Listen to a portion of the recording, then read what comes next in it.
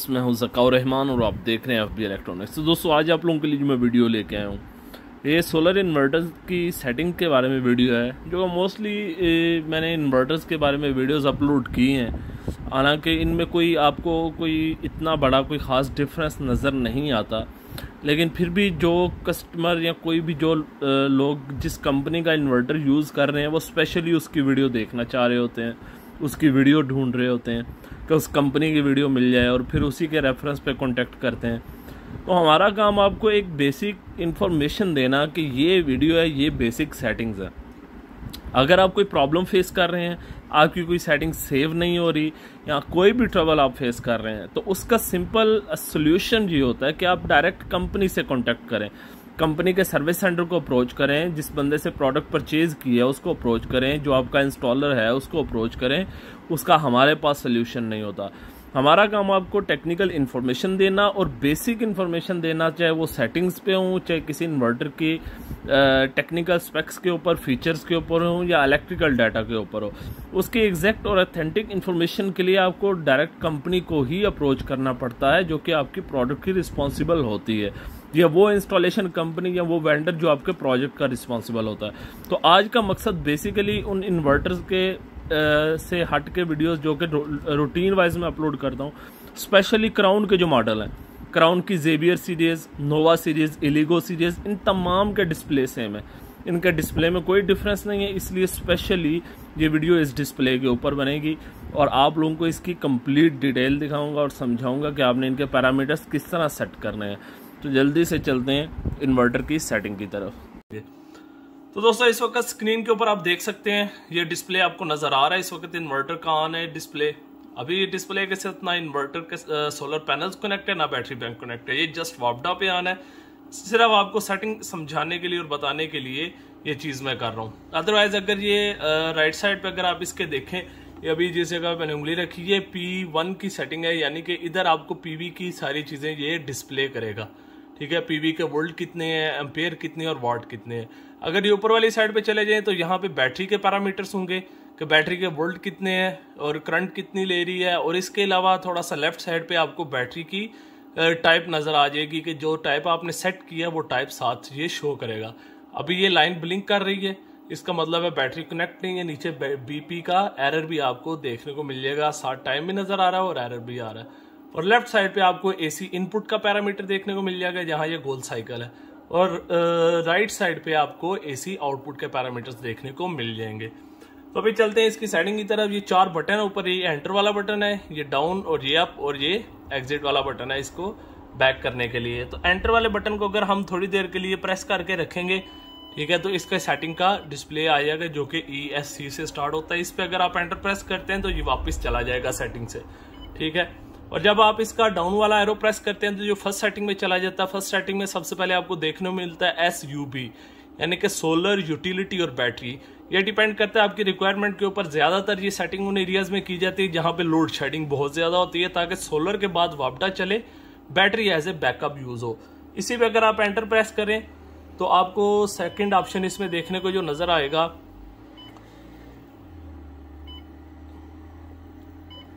वो होगा इसका SBU, यानी कि सोलर बैटरी यूटिलिटी। यानी कि जहां पे लोड शेडिंग बहुत कम होती है, लोग बैटरी बैंक लगा लेते हैं ताकि आफ्टर सोलर उनका बैटरी बैंक यूटिलाइज हो।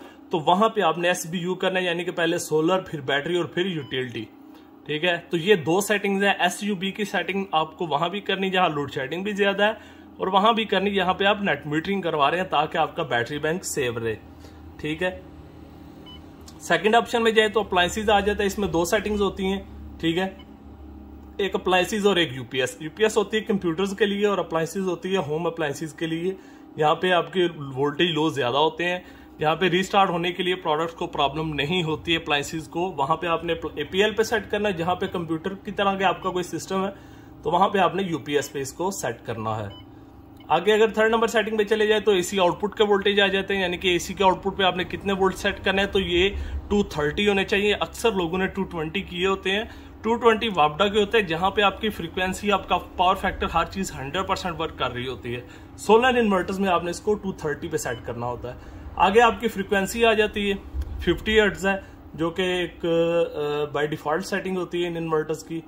इसके आगे आपकी आ जाती है बैटरी सोलर सोर्स प्रायोरिटी, यानी कि सोलर से आप पहले बैटरी चार्ज करवाना चाहते हैं या लोड चलाना चाहते हैं। अगर तो आप ऑफ ग्रिड सेटअप यूज कर रहे हैं तो फिर तो आपने BLU करना है, ठीक है। अगर आप इसको ऑन ग्रिड पे यूज कर रहे हैं तो फिर इसके ऊपर आपने करना है LBU। ये दो सेटिंग्स होती हैं। ऑन ग्रिड मीन्स कि जब आप इस पे नेट मीटरिंग करवा लें, ये जितने भी इस डिस्प्ले में हाइब्रिड इन्वर्टर्स आएंगे, ठीक हो गया जी। इसके बाद अगर नेक्स्ट सेटिंग में जाएं तो आ जाता है बाईपास का, यानी कि आपका जब सिस्टम ओवरलोड की तरफ जाए तो इसको बाईपास करके वापडा की तरफ ले जाए। अभी तो ये BYE यानी कि ये एनेबल है, ठीक है। अगर इसके ऊपर आप एंटर प्रेस करेंगे, ये एंटर भी थोड़ा सा थका हुआ है शायद इसका, ठीक है। ये डिसेबल आ जाएगा BYD यानी कि डिसेबल करने के लिए, और एनेबल करने के लिए BYE पे क्लिक करना पड़ेगा। तो ये उन जगहों पे होता है जहां पे आपको पता होता है कि यार आपका कोई इंडक्टिव टॉर्क लोड है, तो वहां पे आपने ये फीचर ऑन करना है, अदरवाइज इसकी जरूरत नहीं होती। आगे नेक्स्ट जाए तो ओवरलोड रीस्टार्ट का फंक्शन आता है। तो ये एक नॉमिनल इसका बाय डिफॉल्ट अगर देखा जाए तो इसको अक्सर लोगों ने डिसेबल किया होता है, बट इसको आपने एनेबल करना है। जब एंटर प्रेस करेंगे इसके ऊपर तो ये ब्लिंक करेगा, एरो डाउन करेंगे तो ये E आ जाएगा। E मीन्स के ये एनेबल हो गया, जैसे ही ओवरलोड होगा ये रीस्टार्ट हो जाएगा, ठीक है। आगे नेक्स्ट सेटिंग पे जाए तो टेम्परेचर आ जाता है। इस पे भी ये डिसेबल है, D है, यानी कि इस पे अगर आप एंटर प्रेस करें, एरो डाउन पे लेके जाएं तो ये एनेबल E आ जाएगा। जब भी टेम्परेचर ओवर होगा आपका सिस्टम रीस्टार्ट हो जाएगा, ताकि आपका सिस्टम ज्यादा इसके ऊपर एनर्जी लॉस ना हो या इसका टेम्परेचर हाई ना हो। नेक्स्ट आ जाता है ग्रिड फीडिंग ऑप्शन, यानी कि अगर आपने नेट मीटरिंग करवानी है हाइब्रिड इन्वर्टर पे, जिनमें ग्रिड फीडिंग का ऑप्शन होता है, जिसमें ये डिस्प्ले आ रहा होता है, मीन्स के सोलर मैक्स या इन्वर्क्स के जो ये इन्वर्टर्स हैं, अभी तक तो और कोई आया नहीं है। तो इसके अगर ऊपर आप एंटर प्रेस करते हैं तो ये ब्लिंक करेगा, ठीक है। उसके बाद आ जाता है जी आपकी चार्जिंग सोर्स प्रायोरिटी, यानी कि आपने जो चार्जिंग सिस्टम सेट करना है वो आपने क्या करना है। इस पे एंटर प्रेस करें, ब्लिंक करेगा। SNU का मतलब है सोलर और यूटिलिटी वापडा एक टाइम पे चार्जिंग करेंगे, और OSO का मतलब है कि सिर्फ सोलर से चार्जिंग हो। CSO का मतलब है कि पहले सोलर चार्जिंग करे, जब सोलर खत्म हो जाए फिर वापडा पे जाए, ठीक है। इसके बाद SNU, फिर दोबारा वही आ जाता है। ये आपने अपनी रिक्वायरमेंट के हिसाब से सेट करना है इसको। आगे आ जाती है इसकी मैक्सिमम चार्जिंग करंट, यानी कि maximum charging is equal to solar plus utility. इसमें बहुत सारी कंफ्यूजन होती हैं लोगों को ये समझ नहीं आती, वो 60 इधर भी सेट कर देते हैं और यूटिलिटी में भी। हालांकि अगर आप मैनुअल बुक पे पढ़ें तो आपको नजर आ जाएगा कि maximum charging is equal to solar plus utility, यानी कि आपने जो सोलर की सेटिंग कर एम्पेयर रखने हैं वो सपोज करने हैं, प्लस आपने जो आगे यूटिलिटी के रखने हैं, ये दोनों को आपने मैक्सिमम इधर सेट कर देना होता है, ठीक है। उसके बाद जाके आपने आगे कोई इसका यूटिलिटी के जो पैरामीटर है, ये यूटिलिटी की जो सेटिंग है वो आपने इसके बाद जाके इसके ऊपर सेट करनी होती है। दूसरे नंबर इसके बाद आ जाती है यूटिलिटी की चार्जिंग, जहां पे अब 30 एम्पेयर है। तो ये सिंपल सी ये बाय डिफॉल्ट सेटिंग है। इट्स मींस के कंपनी की तरफ से भी ये रिकमेंडेड है कि अगर आपने 60 एम्पेयर चार्जिंग सेट की है तो 30 एम्पेयर वापडा शो हो रही है यहाँ पे यूटिलिटी, और 30 एम्पेयर जो उसमें ऐड है वो सोलर की तरफ से है। तो ये चीज ध्यान में रखा करें, जब मैक्सिमम सेट करनी है तो सोलर प्लस यूटिलिटी होना चाहिए, वो सिर्फ सोलर की सेटिंग नहीं है। अक्सर औकात देखा गया है कि लोग उसको सिर्फ सोलर के चार्जिंग एम्पेयर समझ रहे होते हैं, वो सिर्फ सोलर के चार्जिंग एम्पेयर नहीं होते। ये भी बहुत बड़ी कंफ्यूजन है मार्केट में। आगे बैटरी टाइप आ जाते हैं। AGM पे अगर आप सेट करते हैं तो यहाँ का मतलब है कि आपने इसको ड्राई बैटरी या सेल पे यूज कर रहे हैं, ठीक है। सेकंड नंबर पे फ्लोटेड आ जाता है, यानी कि जो तेजाब वाली बैटरीज होती हैं, ठीक है। थर्ड पे यूज आ जाता है। यूजर मींस कि आप ट्यूबुलर बैटरी यूज कर रहे हैं, तो ट्यूबुलर बैटरी में इसके पैरामीटर्स चेंज होते हैं, जो कि आज मैं आपको वीडियो में जरूर बताऊंगा। यूज पे सेट करते हैं, ठीक है, ट्यूबुलर के लिए। नेक्स्ट आ जाती है पाइलॉन टैग, यानी कि अगर आप पाइलॉन टैग की लिथियम बैटरी लगा रहे हैं तो आप ये इसके ऊपर सेट कर दें। अदरवाइज जो सेटिंग्स हैं इसके ऊपर वो तो मैं आपको रिकमेंड नहीं करूंगा इनिशियली, क्योंकि पाइलॉन टैग के अलावा आप कोई भी बैटरी इसके ऊपर यूज ना करें। आगे आ जाते हैं बल्क चार्जिंग के वोल्टेज। ये जो आपको CU नजर आ रहा है ना, छोटा सा U बना हुआ और C बना हुआ, ये बल्क चार्जिंग के वोल्टेज है। जब आपने इसके ऊपर ट्यूबुलर बैटरी लगानी है तो आपने यहाँ पे इसके वोल्ट बढ़ाने हैं, जो कि 59.2 वोल्ट पे आपने इसको लेके जाना है। 48 वोल्ट के अंदर 59.2 वोल्ट पे लेके जाएंगे, तभी वो एज ए डीप साइकिल काम करेगी और चार्ज डिस्चार्ज साइकिल का आपका टाइम पीरियड उसका इंक्रीज होगा। अदरवाइज लोग इसको यूजर पे सेट करके समझते हैं कि पैरामीटर ऑटोमेटिक सेट हो जाते हैं, इसीलिए ट्यूबुलर बैटरीज बैकअप भी नहीं देती और लोग उससे मुतनफर भी होते हैं। नेक्स्ट आ जाता है इसके फ्लोटिंग के वोल्ट। फ्लोटिंग वोल्ट 54 होते हैं। ये बना हुआ है फ्लोटेड बैटरी के लिए और रेजियम बैटरीज और लिथियम बैटरीज के लिए। बट जब आप ट्यूबुलर बैटरी यूज कर रहे होते हैं तो आपने फ्लोटिंग के भी वोल्ट बढ़ाने होते हैं। इसको आपने 58.8 पे रखना होता है। ये जो मैं आपको ट्यूबुलर की सेटिंग बता रहा हूँ, ये ऑलमोस्ट 6-7 साल का ट्यूबुलर का एक्सपीरियंस है, उस बिहाफ पे आपको बता रहा हूँ जहां पे आपको ये मैक्सिमम बैकअप देगा। क्योंकि अक्सर औकात आपने देखा होगा कि आपको यही कंप्लेन सुनने को मिली होगी, लोग कहते हैं जी ट्यूबुलर बैटरी भी बैकअप नहीं देती। बट मेजॉरिटी में लोग इस चीज को समझते भी हैं, जो इंस्टॉलर्स हैं वो सेटिंग्स चेंज भी करते हैं।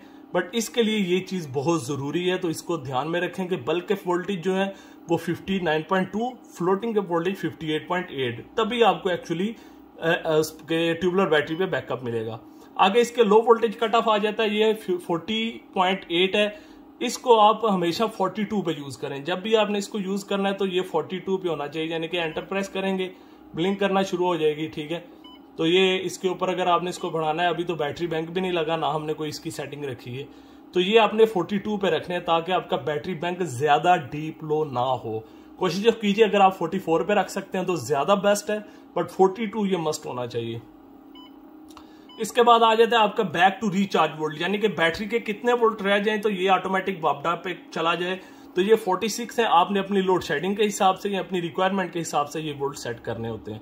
ठीक हो गया जी। नेक्स्ट आ जाता है जी आपका बैक टू रीडिस्चार्ज, यानी कि कितने वोल्ट तक बैटरी चार्ज हो तो ये दोबारा आपका बैकअप देना बैटरी बैंक से शुरू कर दे या चार्जिंग स्टॉप कर दे, तो वो 54 वोल्ट है। ये भी आपने अपनी एक्चुअल रिक्वायरमेंट के हिसाब से करना होता है कि आपकी बैटरी बैंक के हवाले से इसके पैरामीटर्स की क्या रिक्वायरमेंट बनती है। ठीक है, ये कुछ इंपॉर्टेंट सेटिंग्स थी, इसके अलावा कोई ज्यादा इंपॉर्टेंट सेटिंग्स नहीं है इसके अंदर। आगे इसकी सेटिंग्स आ जाती है, ये पैरेलल की सेटिंग है इसकी S1G, यानी कि सिंगल फेज की सेटिंग है। अगर आप इसने पैरेलल पे यूज करना एंटर प्रेस करेंगे तो ये PL आ जाएगा। जितने भी इन्वर्टर्स आप पैरेलल कर रहे हैं, पैरेलल करते हुए आपने एक चीज याद रखनी है कि जो नीचे इसका ब्लैक बटन लगा होता है इन्वर्टर के अंदर, छोटा पावर का बटन, इसको आपने ऑफ रखना है, तभी आपकी पैरेलल की सेटिंग भी होगी। और इंशाल्लाह पैरेलल की स्पेशल सेटिंग के ऊपर वीडियो भी बनाऊंगा। बट यहाँ पे आपने PL पे सिलेक्ट करके तो आगे चले जाना है। जब सोलर इन्वर्टर्स को पैरेलल कर रहे हो तब एक चीज आपने याद रखनी है, आपकी इनपुट सप्लाई, आउटपुट सप्लाई और बैटरी बैंक, जितने भी बैटरी बैंक लगा रहे हैं वो कंबाइन होने चाहिए इन्वर्टर्स के साथ। इनपुट्स कंबाइन होनी चाहिए, आउटपुट्स कंबाइन होनी चाहिए, सोलर आपका सेपरेट रहना चाहिए और सेटिंग करते हुए आपका छोटा बटन भी बंद रहना चाहिए। उससे ये फायदा होगा कि आपका इन्वर्टर आसानी से अपने प्रोग्रामिंग में शिफ्ट हो जाएगा, अदरवाइज ये आपके लिए प्रॉब्लम बनाएगा। बाकी इसके ये ऊपर जो OLED का डिजाइन आता है, ये उसकी सेटिंग्स है कि आपने किस कलर की इसके ऊपर लाइट चलानी है, जो कि नए गोल्ड डिस्प्ले के अंदर आ रहा है। तो बेसिकली दोस्तों ये थी इस गोल्ड डिस्प्ले के अंदर जो टच सेंसर वाले बटन्स के साथ आ रहा है, जो कि नया डिस्प्ले है। ठीक है, ये इन्वर्टर सोलर मैक्स का Orion 5.6 किलोवाट या इन्वरएक्स का जो अभी आया है वीरान 1.2, 2.4, 2.5, 3.2, इसके अलावा 5.2 किलोवाट, 8 किलोवाट। तो आगे जो सोलर मैक्स की सीरीज आ रही है, आपने रिसेंटली वीडियोस भी देखी होंगी सोलर मैक्स के रिलेटेड, मैंने अपलोड की थी, उनमें भी आपको यही ओवरऑल डिस्प्ले देखने को मिलेगा। तो मेन डिस्प्ले के ऊपर भी जो जो पैरामीटर्स आएंगे उनके बारे में मैंने आपको बता दिया, और इसके इंटरनल जितने भी पैरामीटर्स की सेटिंग्स है उम्मीद है आप लोगों को समझ आ गई होगी। तो इंशाल्लाह फर्दर इसके ऊपर इसकी पैरेलल की सेटिंग्स रह जाती हैं कि पैरेलल की आपने सेटिंग किस तरह करनी है, तो वो भी इंशाल्लाह जब मैं कोई प्रोजेक्ट पैरेलल करूंगा, जैसा टेस्ला की और नाइट्रॉक्स की मैंने वीडियोस पहले भी अपलोड की थी, बट वो डिलीट कर दी, अभी दोबारा आप लोगों के लिए स्पेशली अपलोड की हैं। तो इसको भी जब पैरेलल किया जाएगा तो इंशाल्लाह इसकी भी एक वीडियो अपलोड कर दी जाएगी, क्योंकि ये आगे मैक्सिमम यही डिस्प्ले चलने वाला है। तो मजीद वीडियोस के लिए मेरा चैनल देखते रहिए। शुक्रिया, अल्लाह हाफिज।